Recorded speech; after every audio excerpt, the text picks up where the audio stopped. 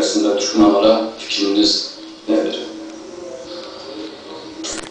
Allah izin verirse bizim Mart'ın 15'inde İstanbul'da Bağcılar Kapalı Spor Salonu'nda Türkmen gecemiz var.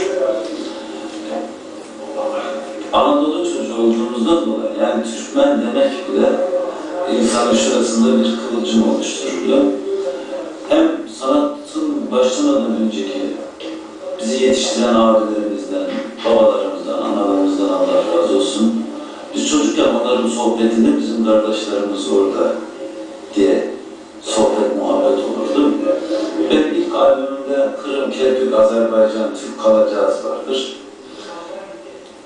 Önceki dönemde Türkmen kardeşlerimizin hali bambaşka bir acıydı. Çare olarak Amerika geldi. Onların adıyla söylüyorum. Şimdi Türkmen kardeşlerimizin hali her gün daha beter. Ne gariptir ki kendi ağacımızın dallarını biz başka vasıtasıyla Türkiye'yi yöneten insanlar adına söylüyorum. Şimdi unutmuş durumdayız. Dün bizim kıçındaki donuna kadar Yüce Türk Devleti'nin verdiği çapulcular bugün Irak'ın geneline hitap etmeye başladılar. Bu takdiri ilahidir. Ama inan Türk milliyetçileri olarak, ben Mustafa Yıldız'dan olarak bütün Türkmen kardeşlerime şunu ifade etmek istiyorum.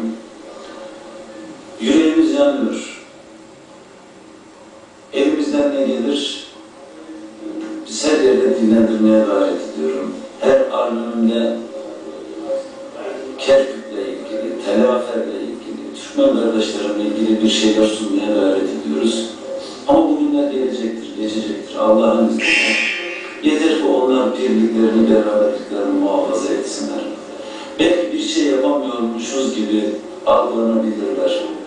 Belki Türkmen kardeşlerimizin ana vatan bizlere gönül kırgınlıkları olabilir. Ama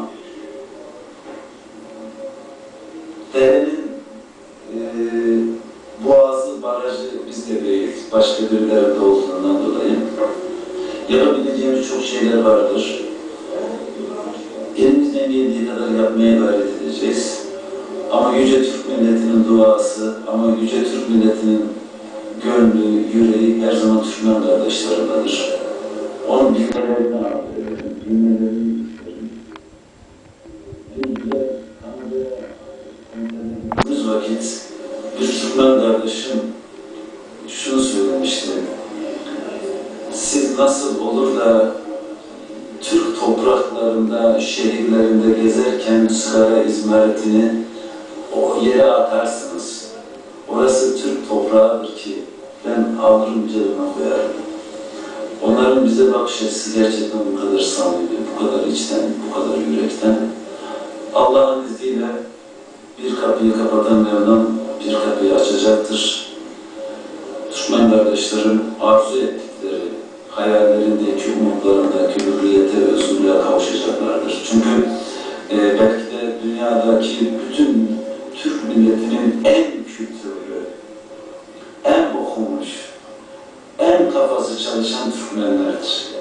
Onlarda cahil yoktur. Dolayısıyla onlardan çıkacak o filizlerin Allah'ın izniyle bütün Türk milletini birleştireceğini, bütün bir yumruk haline getireceğine inanıyorum. Allah'ları var diyorum. Yani onların Allah'ları var. Bizim Allah'ımız var. Dolayısıyla hiç kan kasvet etmesinler. Yeter ki orada ikilik yaratılmasın. Yeter ki kendi içimizde birbirimizi husumet beslemeyelim. Yeter ki biz orada bir olalım, beraber olalım. Bugünün yarını var diyorum ben. Allah razı olsun. Sağ olun.